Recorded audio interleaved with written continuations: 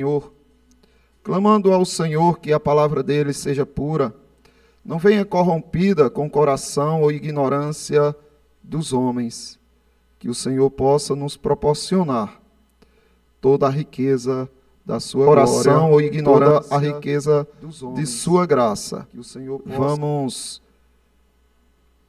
buscar ao Senhor em oração.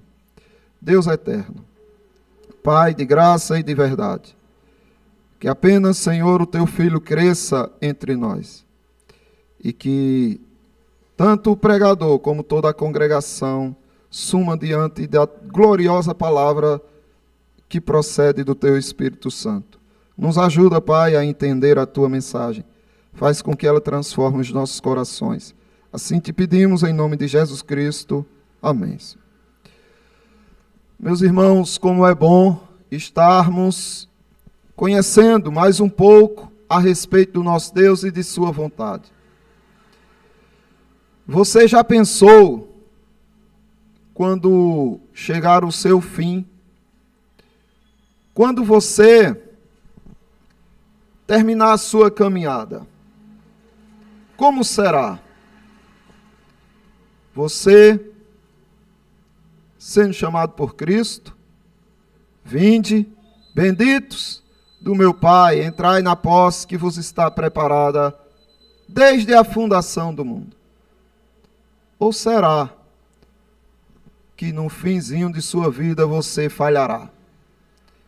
E ouvirá: apartai-vos de mim, malditos, para o fogo eterno, preparado para o diabo e seus anjos. O que você vai ouvir? Se no fim de sua vida você falhar, imagine, depois de você lutar durante todos esses anos, durante toda a sua caminhada, você lutou fielmente, buscando o Senhor, e no final da vida você fracassou. Que terrível isso será.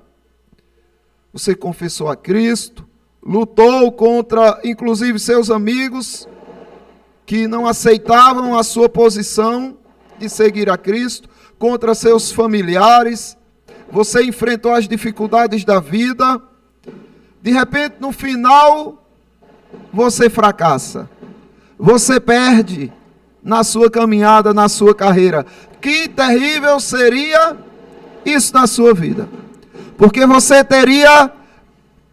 abriria mão de tudo, de todos os prazeres desse mundo, abriria mão do acolhimento da família, abriria mão de todas as coisas que podem trazer um certo conforto para a vida que você leva aqui. Você abriu mão disso tudo e viveu a vida de um discípulo fiel, mas no finalzinho da vida falhou. Que triste, hein? Perder tudo em um só momento.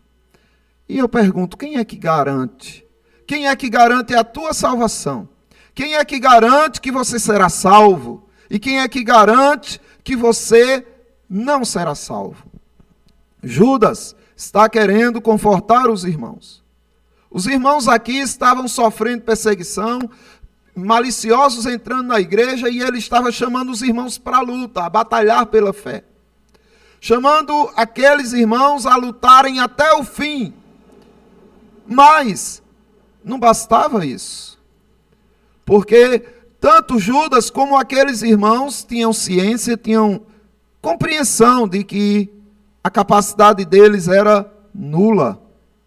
Eles fracassariam. Então Judas encerra a sua epístola dizendo o seguinte: ora, aquele que é poderoso para vos guardar de tropeços, ele é poderoso para te guardar de tropeço, não você, mas aquele que é poderoso para vos guardar de tropeços e para vos apresentar com exultação, imaculados diante da sua glória.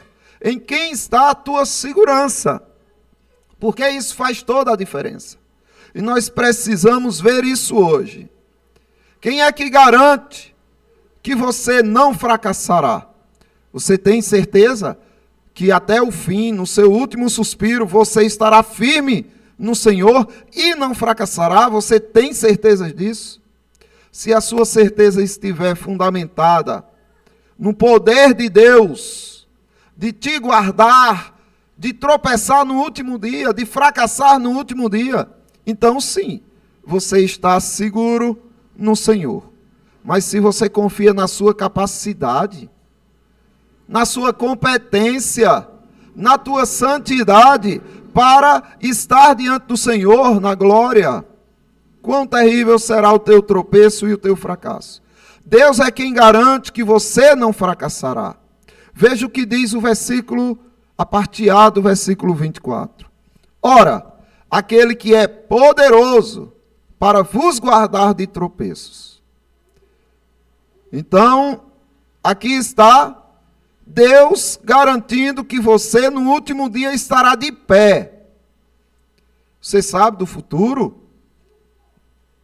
Se for nesse aspecto, você pode dizer, sei sim. O que acontecerá com você, querida irmã? O que acontecerá com você, querido irmão, no futuro? No seu último suspiro. Você pode dizer tranquilamente, eu estarei de pé. O Senhor estará me guardando de tropeços. Eu tenho a minha salvação garantida no Senhor. E há uma glória em saber que a garantia vem de Deus. É a doutrina da segurança eterna, mais precisamente conhecida como a doutrina da perseverança dos santos, ou preservação dos santos. Isso é um dos pilares do calvinismo, mas o calvinismo é somente um apelido que se dá à pura doutrina da graça. A perseverança dos santos é um dos pilares. E como é maravilhoso que você entenda que não é de você que vem a salvação. E ainda como é maravilhoso que você entenda que não é você que preserva a salvação que você recebeu do Senhor. Porque não basta só você dizer, não, realmente quem me salvou foi Deus. Mas se eu não perseverar, eu serei condenado. É verdade. Sem perseverança não há salvação. Mas, e o todo dessa verdade aonde está? É você que persevera, é você que tem essa força, essa capacidade. Há uma glória nos aspectos da salvação. Em toda a doutrina da salvação, a doutrina da justificação é gloriosa. A doutrina da regeneração é gloriosa. A doutrina da conversão é gloriosa. A doutrina da santificação é gloriosa. Da adoção, ela tem que ser apreciada. Mas o que seriam essas doutrinas se você não tivesse garantia de que elas estariam com você até o fim? Adiantaria de quê? Você só veria beleza, mas no final você estaria perdido e sem nenhuma dessas doutrinas fazendo parte real da sua vida. Então, como não andar ansioso? Como deve ser a vida dos arminianos?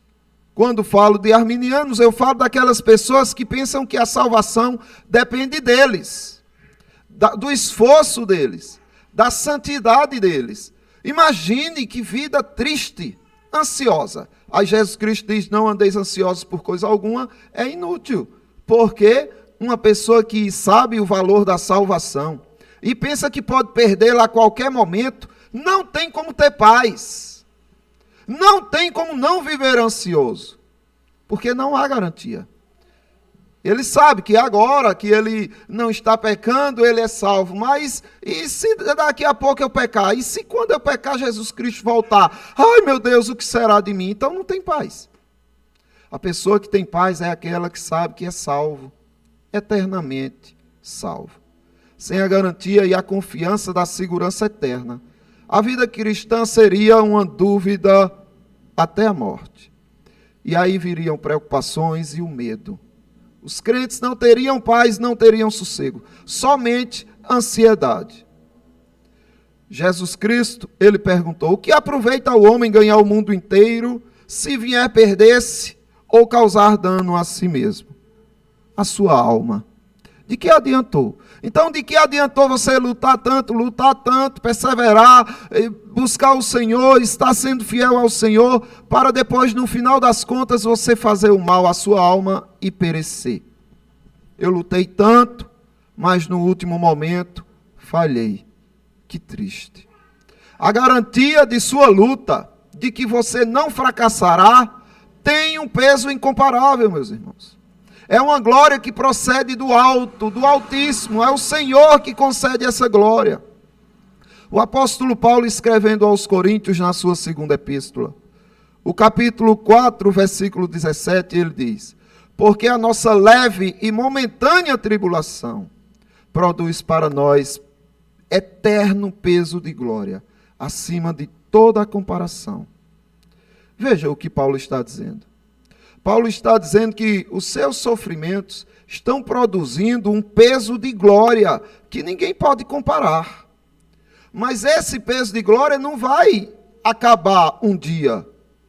Você está, através da sua luta, do seu sofrimento, garantindo ou usufruindo dos benefícios daquilo que foi garantido por você, daquilo que Cristo fez por você. Então, tudo que você faz por Cristo hoje é um acúmulo de um tesouro que você junta no céu. Mas não vai acontecer de você, no último momento, tropeçar, se perder, e aí todo aquele tesouro agora vai ser passado para outro, ou vai ser recolhido pelo Senhor, porque você perdeu tudo. Não. É um peso de glória eterno, aonde não há comparação. Paulo, ainda escrevendo aos Filipenses, capítulo 1, versículo 29, ele diz: porque foi concedida a graça a vocês. Veja bem, foi concedida a graça de Deus a vocês. Mas essa graça, ela dá o que a você? Aí ele diz: a graça de você padecer por Cristo. Foi concedida a graça de você ir até o fim. Foi concedida a graça de você perseverar e não fracassar no último dia. E não somente de crer nele. Então, aqui nós vemos a graça alcançando você em dois aspectos. Na fé, você não teve fé porque você foi mais inteligente, ou despertou enquanto outros dormem, não. Foi o Senhor que concedeu essa fé e te acordou. Mas ele diz que não somente essa graça te foi concedida, mas a graça de padecer por Cristo. Isso porque a garantia da tua perseverança está no Senhor e não na sua força. Então é você se alegrar com isso. É você perceber que você está salvo e eternamente salvo. Ninguém pode te separar mais de Cristo. Nem a morte, nem coisas do presente, nem do futuro. Nada pode separar você do amor de Cristo. Ele te salvou. Ele é a garantia de que você estará imaculado. Não tropeçará no último dia. Mas aí, meus irmãos, não basta somente você entender que Deus é a garantia de que você não fracassará. Você, em contrapartida, precisa entender de que você é a garantia de que você tropeçará, de que você será condenado. O homem é a garantia de que será condenado. Se ele confia nos seus esforços, se ele confia nas suas orações, se ele confia na sua santidade, se ele confia em algo dele, nele, ele vai perecer, porque o homem é plena garantia de condenação. Aquele que acredita em seus próprios méritos para se salvar, ele não tem a verdade de Deus. E ainda, ele acusa Deus de ser mentiroso. Porque Deus diz que ele não é competente o suficiente para se salvar. Mas ele diz: eu estou perseverando, eu não paro de orar, eu me santifico o tempo todo. Isso mostra que essa pessoa confia em si. E diz a Deus que, enquanto Deus acusa ele de pecado, ele acusa Deus de mentira, de dizer que não tem pecados. É isso que João, na sua epístola, primeira, capítulo 1, versículo 8, depois o versículo 10 diz: se dissermos que não temos pecado nenhum, a nós mesmos nos enganamos. E a verdade não está em nós. Então você é um mentiroso. Quando você diz, não, eu tenho que perseverar, sou eu que tenho que fazer a minha parte para ser salvo. Quando você diz isso, você está dizendo que você pode estar em algum momento sem pecados. Então, você está sendo um mentiroso, porque se você disser que não tem pecado nenhum, você se engana a si mesmo. E a verdade não está em você. Então veja que coisa horrível. Você diz que está pronto, não, nessa situação, se Jesus vier, eu estou salvo. Por quê? Porque eu estou puro, eu não estou me envolvendo com o que não presta. Ou você já é pecado em si. Você, se Jesus Cristo vier, vai ser encontrado maculado sim.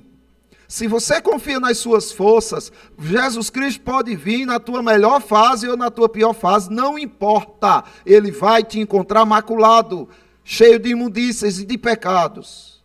Porque aquele que disser que não tem é mentiroso. E mais, ele diz no versículo 10, se dissermos que não temos cometido pecado, fazemo-lo mentiroso e a sua palavra não está em nós. Veja a gravidade do pensamento arminiano. Veja como é grave a doutrina destes que dizem que podem se salvar por seus méritos. Se ele diz que pode se salvar por seus méritos, então ele diz que pode estar em santidade por sua capacidade quando Cristo vier. E aí ele acusa Deus de ser mentiroso. Por quê? Sabe o que Deus fala a respeito do homem? De todos, sem exceção. Deus diz assim, que nem judeus, nem gentios têm qualquer vantagem um diante do outro. Porque todos estão debaixo do pecado. Diz mais o Senhor a respeito de sua capacidade de se salvar. Como está escrito, não há justo. Não existe justo. Não há um sequer. Não há quem entenda, não há quem busque a Deus. Todos se extraviaram e a uma se fizeram inúteis. Não há quem faça o bem, não há nenhum sequer. Diante de Deus, essa é a sua condição. Aí você vem me dizer que, depois que eu aceitei Jesus, agora eu recebi, eu consigo me salvar pelas minhas obras, pela minha capacidade, pela minha perseverança. Não, meu irmão. Você não é essa coisa toda que você pensa. Pelo contrário, a tua salvação depende unicamente, especificamente, plenamente do Senhor Jesus Cristo. De Deus, que é poderoso para te guardar de tropeços. Qual é o poder que você tem de se guardar de tropeços? Me diga.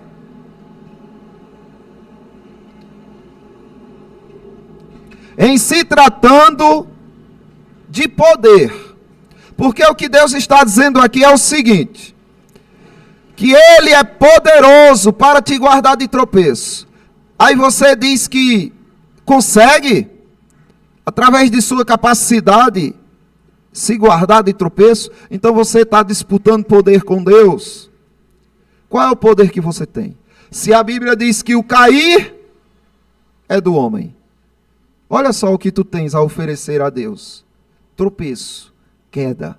E por que você não tropeçará para fracassar diante da salvação? Porque Deus disse, olha, eu que sou poderoso, e eu usarei o meu poder para te guardar de tropeço. Então sua salvação está garantida no Senhor. Paulo já dizia, olha, eu nem compreendo o meu modo de agir, pois não faço o que prefiro e sim o que detesto. Ele preferia servir a Deus, viver santo, sem pecado nenhum. Mas aí daí a pouco ele se percebia fazendo o que detestava. E aí ele dizia, olha, se eu faço o que eu detesto, então eu consinto com a lei, que a lei é boa. A lei não é má porque me manda para o inferno. Ela é boa, porque eu queria estar vivendo o que ela manda, mas como eu não consigo, ela me manda para o inferno. E aí, meus irmãos, ele diz, ora, quem me livrará do corpo dessa morte? O que é que eu faço? Eu não tenho como me salvar. estou perdido. Aí ele diz, graças a Deus por Jesus Cristo. Percebem que toda glória pertence a Ele. Você nem contribuiu com sua salvação, com sua fé, e nem contribui com sua perseverança.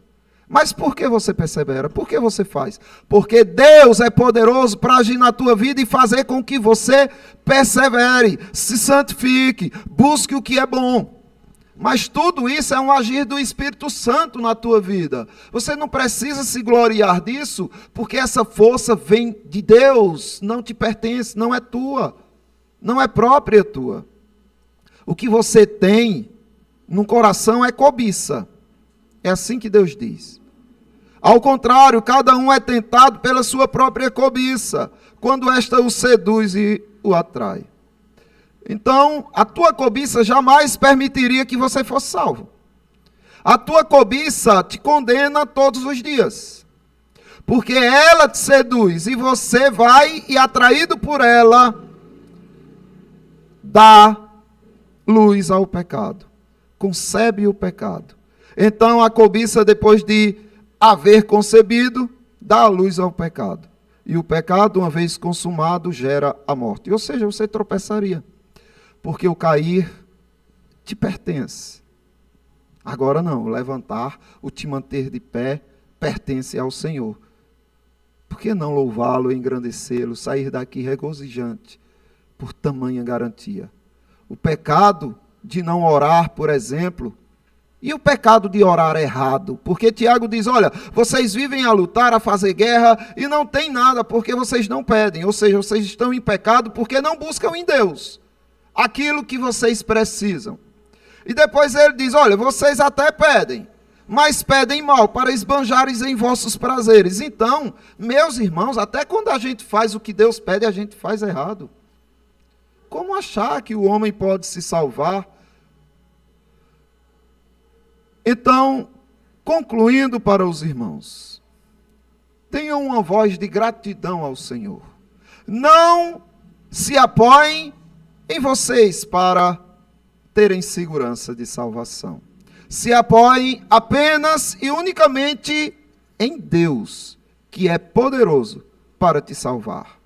Veja o que diz Jonas, quando estava lá nas trevas profundas, no ventre do grande peixe, sem saber o que aconteceria com ele. Ele diz, mas com voz de agradecimento, eu te oferecerei sacrifícios. O que votei pagarei. Sabe por quê? Ele diz, ao Senhor pertence a salvação. Não queira achar que você tem parte na salvação. Não seja tão tolo. Não queira fazer Deus de mentiroso. Você não é nada disso que você pensa.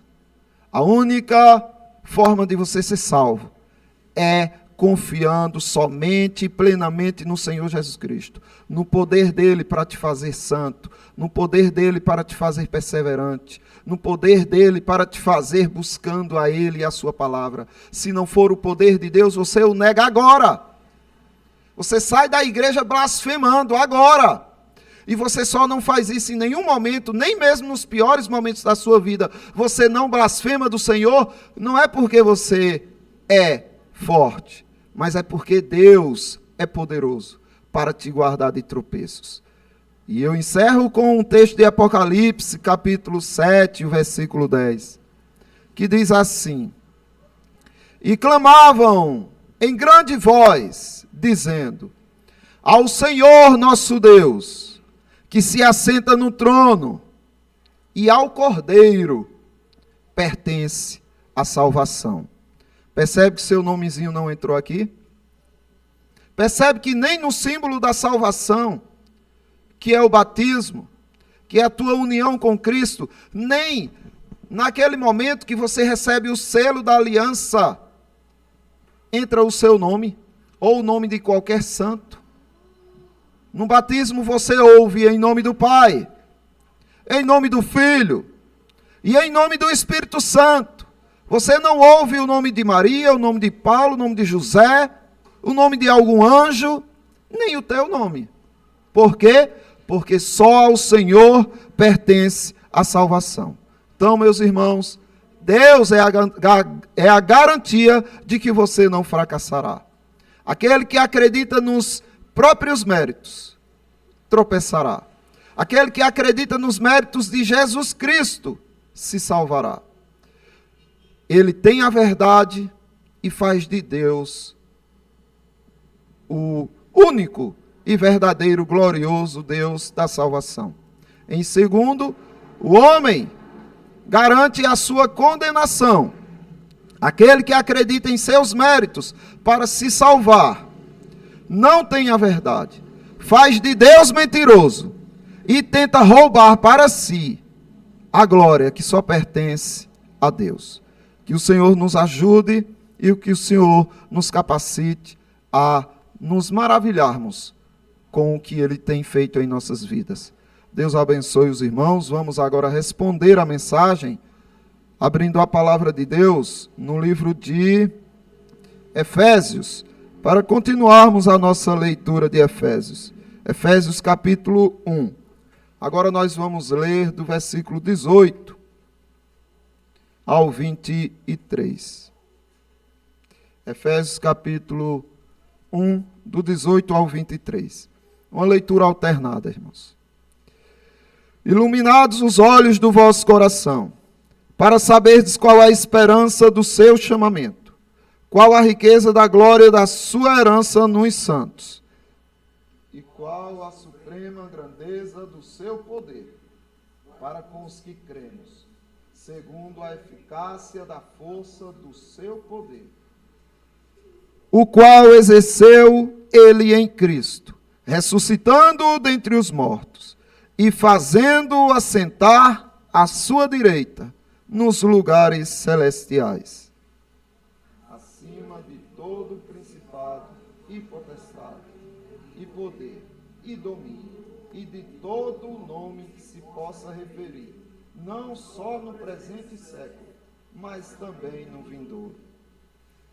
E pôs todas as coisas debaixo dos pés, e, para ser o cabeça sobre todas as coisas, o deu à igreja, o qual é o seu corpo, a plenitude daquele que tudo enche, em todas as coisas.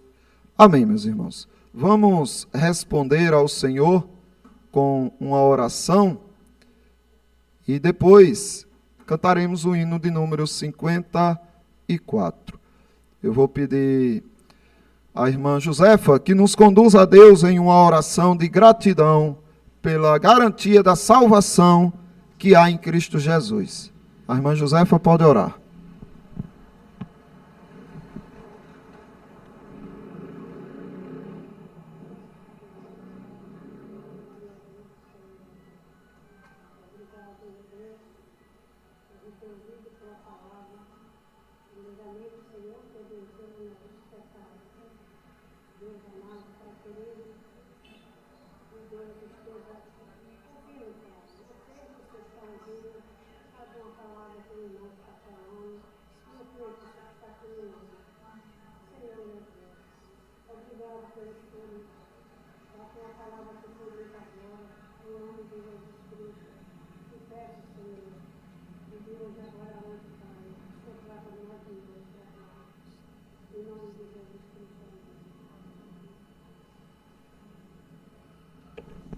Amém, meus irmãos? Vamos cantar o hino ao Senhor, um hino que fala muito bem da segurança que podemos ter no nosso Senhor e Deus. O hino de número 254.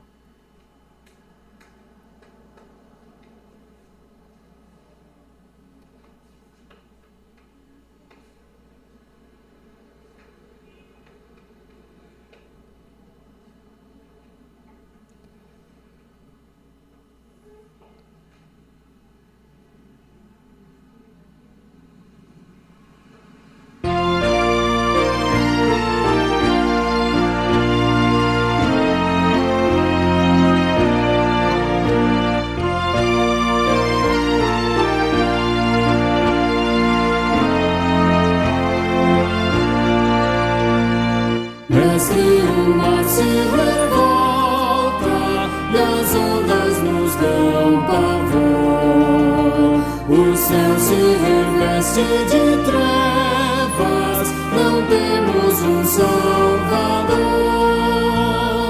Não se diga que morramos, podes assim dormir.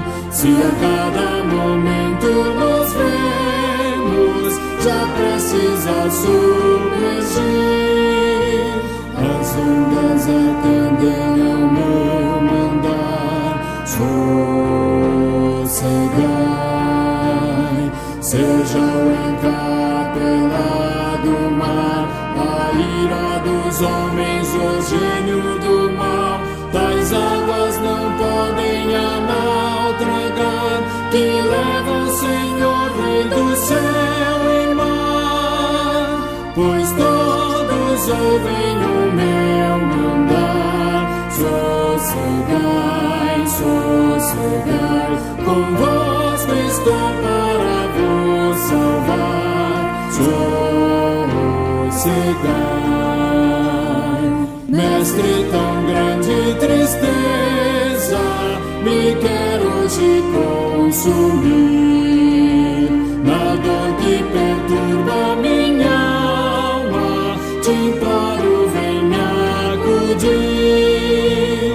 De ondas do mar que me cobrem, quem me virá valer? Não tardes, bom mestre, estou quase a perecer. As ondas atendem ao meu mandar, sossegai. Seja o encapelado mar, a ira dos homens, o gênio do mal. Tais águas não podem a nau tragar, que leva o Senhor, Rei do céu e mar.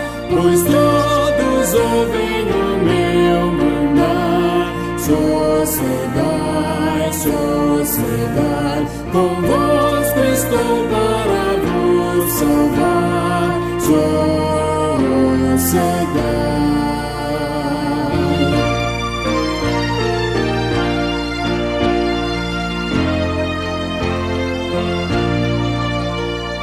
Mestre, chegou a bonança, e paz vejo o céu e o mar.